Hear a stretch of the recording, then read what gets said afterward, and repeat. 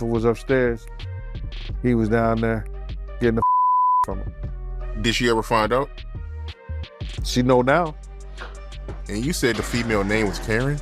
What it is, guys, it's your boy BlastphamousHD, aka Tyrone Couple, and today we're here to check out a video called When the Boondocks Warned Us About Diddy and His Harem of Male Rappers. I didn't read the whole title before I started this video. Oh boy. Sitcom The Boondocks was trying to warn us about Diddy and expose his escapades with industry men. But some fans are saying that people who think The Boondocks was trying to expose Diddy's preferences in the bedroom are missing the point, and they claim the show is actually making a deeper commentary on the hip-hop culture as a whole. So let's dive into the world of The Boondocks and examine all the parallels between its characters and Diddy's allegations. Underage boy? Oh no, I ain't come looking for no little bars. I ain't got no milk, no cookies, nothing. I came looking for man's butt. A man's butt? Excuse me? Oh, I know who you are, Chris Hansen. But see, I calls you Chris Hansen.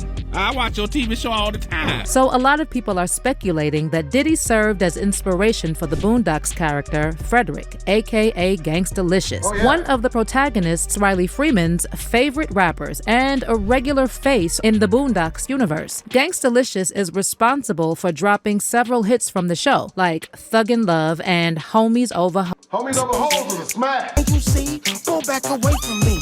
Me just in the VIP. Now bump it to the left and bump it to the right. Cause when you do the home, do it right. So Gangstalicious claims he was inspired by Ice Cube growing up and started acting all tough and hardcore just to fit in. But that act stuck with him as he grew up, and he ended up living a straight-up lie. Now behind closed doors, Frederick's hiding a major secret. He's as gay as can be, and he's pulling out all the stops to keep that info under wraps. He even had a secret fling with a thug named Lincoln, who tried to off him for cheating on him while on tour. And don't even get me started on the time he went off on a record label executive and bragged about it on TRL. And the drama doesn't stop there. Frederick was also tangled up with a hip-hop video vixen named Jessica Ethelberg, who later wrote a tell-all book spilling the tea about Gangstalicious being gay. So as you can see, there seem to be a lot of parallels between Gangstalicious' story and Diddy. See, Diddy also adopted the gangsta image to fit in after he got his start in the industry as a background dancer for R&B singers in the 80s. Around the age of 16, 17, I started dancing, going to the various clubs, and that was during the time when somebody, a big artist like Diana Ross, Fine Young Cannibals, or even Michael Jackson had a video, the directors would come into the clubs and see all the kids that were dancing and pick various dancers to be in the video. So I got picked to be in some of those videos.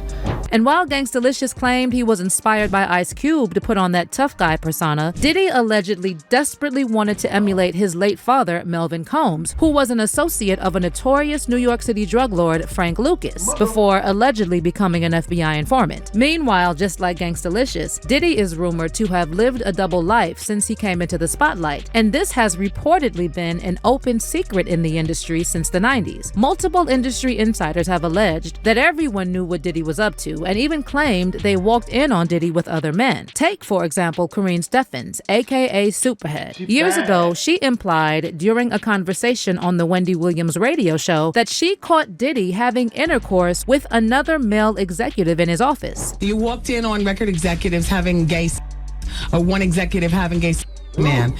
You don't mention that person's name. Can we talk about what record label? No, that'll give it away. That'll give it away. But what letter does it start with? Not even. That'll give it away. Really, that's really. Let's continue with the problems. There was a party in Miami, and you showed up with Exhibit, and it was Puffy was at the party, or it was his party. And when he saw you come in, it was like he saw a ghost, and he immediately asked you why you were there. He thought that you were there to blow up his spot. He then pulled Exhibit aside and asked Exhibit to get you out of the party. And then there's Jaguar Wright, who claimed a female attorney who used to work for Bad Boy Entertainment told her that Jaguar Wright don't count. She is literally just says crazy person stuff. She walked in on R&B artist Christopher Williams performing a certain act on Diddy. According to Jaguar, Diddy pressured Christopher into this act after giving him a demo deal and promising to turn it into an album deal. And here's the thing, Jaguar said Diddy took pleasure in the fact that he could make a straight man perform this act on him. It was like the ultimate proof of power. Impossible. Nah. There was a young woman. Nah, impossible, Beautiful bruh. woman. Nah. She's a lawyer. Or at least she was. She used to be an entertainment lawyer. I'm not going to say her name. The story is enough. Because I don't know. I hope I won't be putting her in danger. Boo, bitch. Get out the But way. she shouldn't have to feel afraid after all of these years. Almost 20 years, you know. She's But butt cheeks, I had to give her and a then when her job. cheeks I started shouldn't say I selling, had to give her a job. I then she gave just her a started job. snitching on all the people that was Working buying for me so she could or find some helping her safety. sell. Because Very while she was untrustworthy working stuff. at Bad Boy, because she was one of the lead counsels for Bad Boy Entertainment, she witnessed something. She witnessed something that was disturbing to her. But what was really disturbing to her was the conversation that she had with Diddy after. See, Christopher Williams, I don't know, I guess he wanted to sign. I don't know what happened. Nah, I don't believe it. But Puff was supposed to be giving him a demo deal, and he gave him a demo deal, and I guess it was supposed to turn into an album deal, which that never happened. But this young woman walked in to get approval on some paperwork. See? And when she walked in, the door wasn't locked, so she didn't think twice about just walking in. And when she walked in, she saw Christopher Williams performing fellatio on Puff.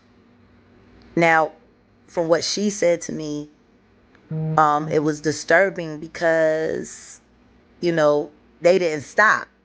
She just walked out, and she just kept her head down at the office the rest of the day, I believe it was. And I don't think it was at the end of business day that day, but I think it was the following day. He came into her office and was like, yeah, so you came in there, so what? What you gonna do? You gonna say something? And she was like, oh no, she was like, I just don't understand why you left the door unlocked. If you were in there doing that, why would you leave the door unlocked? He said, I'll do whatever the I want to do in my building.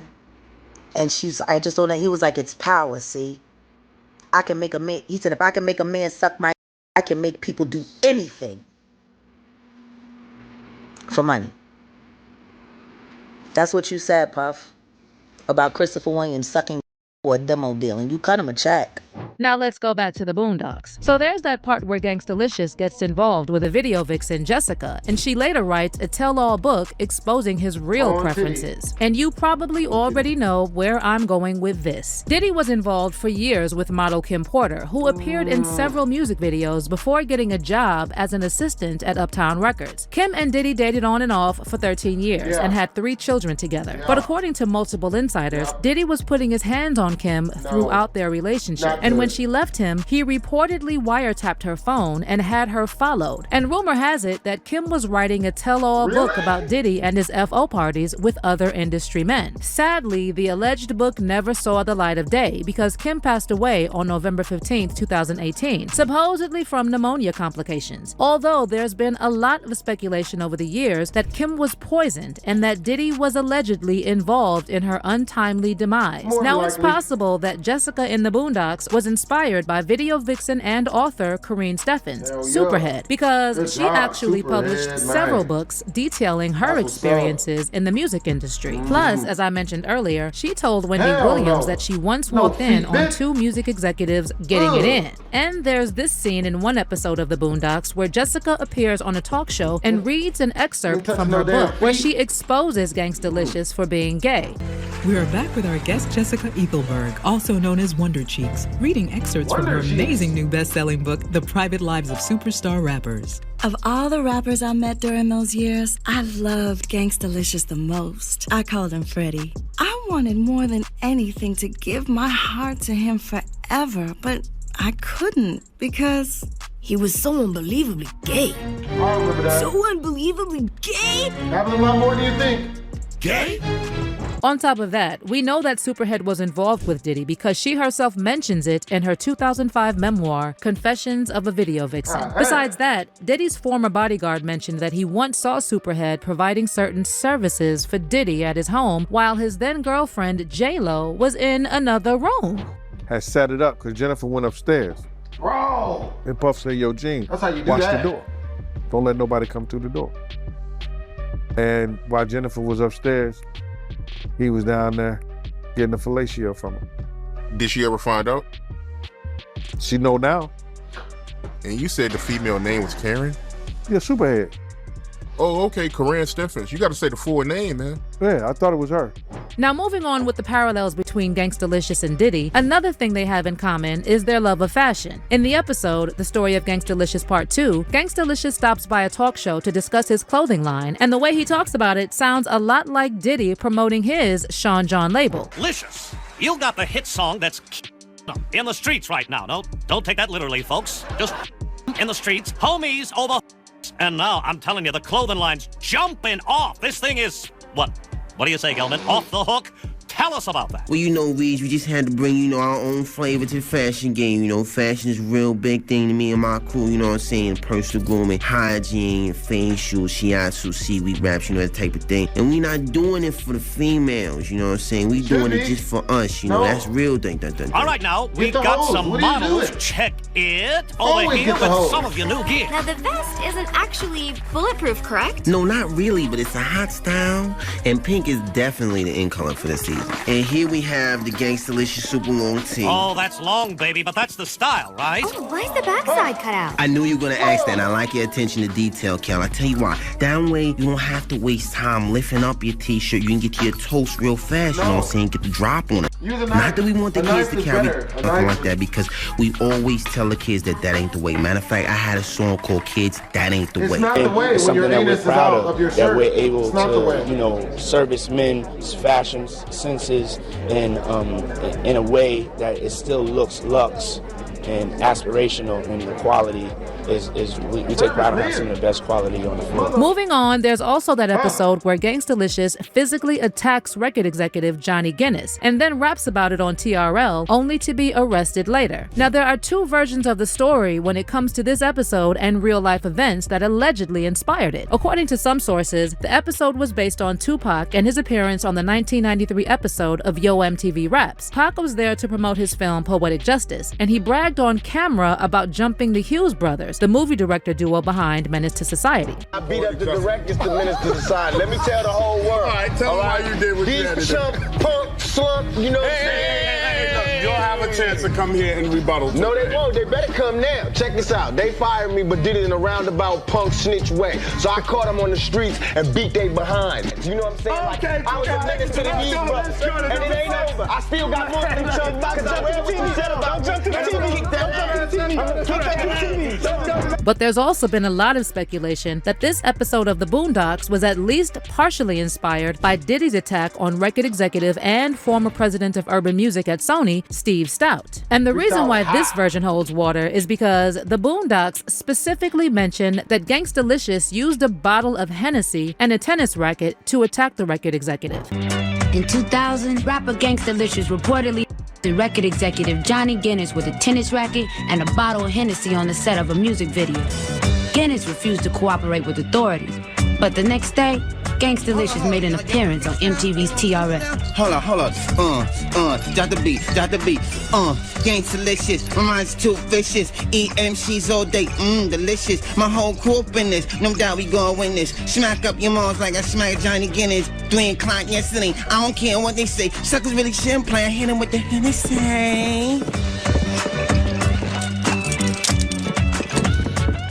And here's the kicker. Diddy used a champagne bottle to attack Steve, and according to multiple insiders, he later paid Steve not to talk about the incident. This 1999 article published in the New York Post states, millionaire rapper impresario Sean Puffy Combs got a slap on her wrist yesterday for his bloody April attack on a rival record exec, drawing no more punishment than a mandatory day of anger management classes. Combs had faced up to 7 years in jail for felony assault after allegedly bashing Steve Stout with a champagne bottle because Stout used unauthorized footage of Combs in a music video. The article then goes on to say that Diddy and Steve have since reconciled, leading Manhattan prosecutors to dismiss the charge, and the reconciliation reportedly came with a $500,000 payment from Combs to Stout. And now let's talk about another major clue that points to the Boondocks trying to expose Diddy long before all these allegations exploded in the media. So, turns out that Cat Williams appeared in several several episodes of the Boondocks as a named Slickback, modeled after his character Money Mike from Friday After Next. In the episode, The Story of Gangstalicious Part 2, Slickback is brought in by Granddad to talk to Riley about the birds and the bees and to convince him that homosexuality is wrong. And the reason the family has assumed that Riley was gay was because he was always copying the mannerisms of Gangstalicious. You gonna talk to him? Oh, no.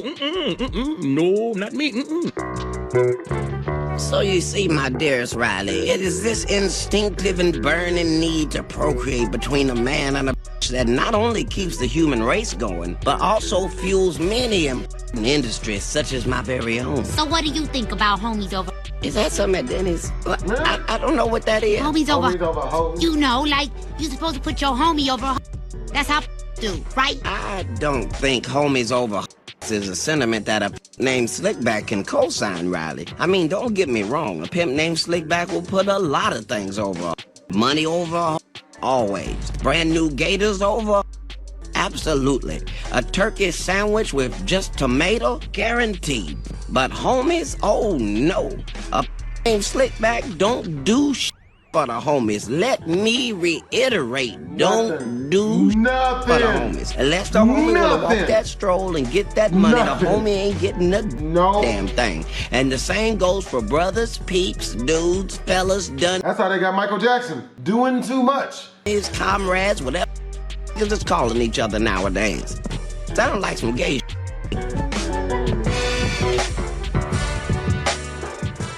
Now, as you probably know, Cat recently claimed during his viral interview on Club Shay Shay that he had to turn down offers from Diddy multiple times. Now, I've had to turn down $50 million 4 times.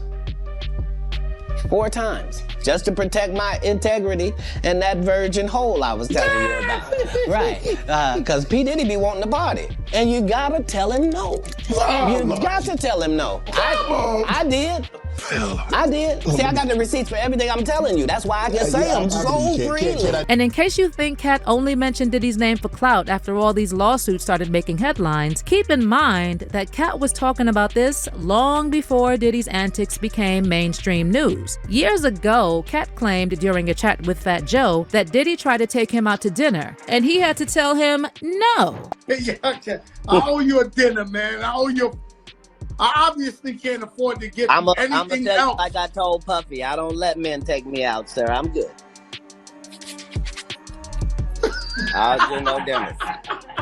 So, was the Boondocks really trying to expose Diddy? Well, it sure looks like it, but to be honest, I think they were inspired by multiple people and the hip-hop industry in general. As for fans, they're saying that the Boondocks wasn't so much trying to expose Diddy for being gay as they were trying to make a commentary about the way hip-hop culture demonizes the gay label while turning a blind eye to actual crimes. Well, hope you guys enjoyed the video. Make sure to comment, like, and subscribe. It's your boy BlastphamousHD. Prisms.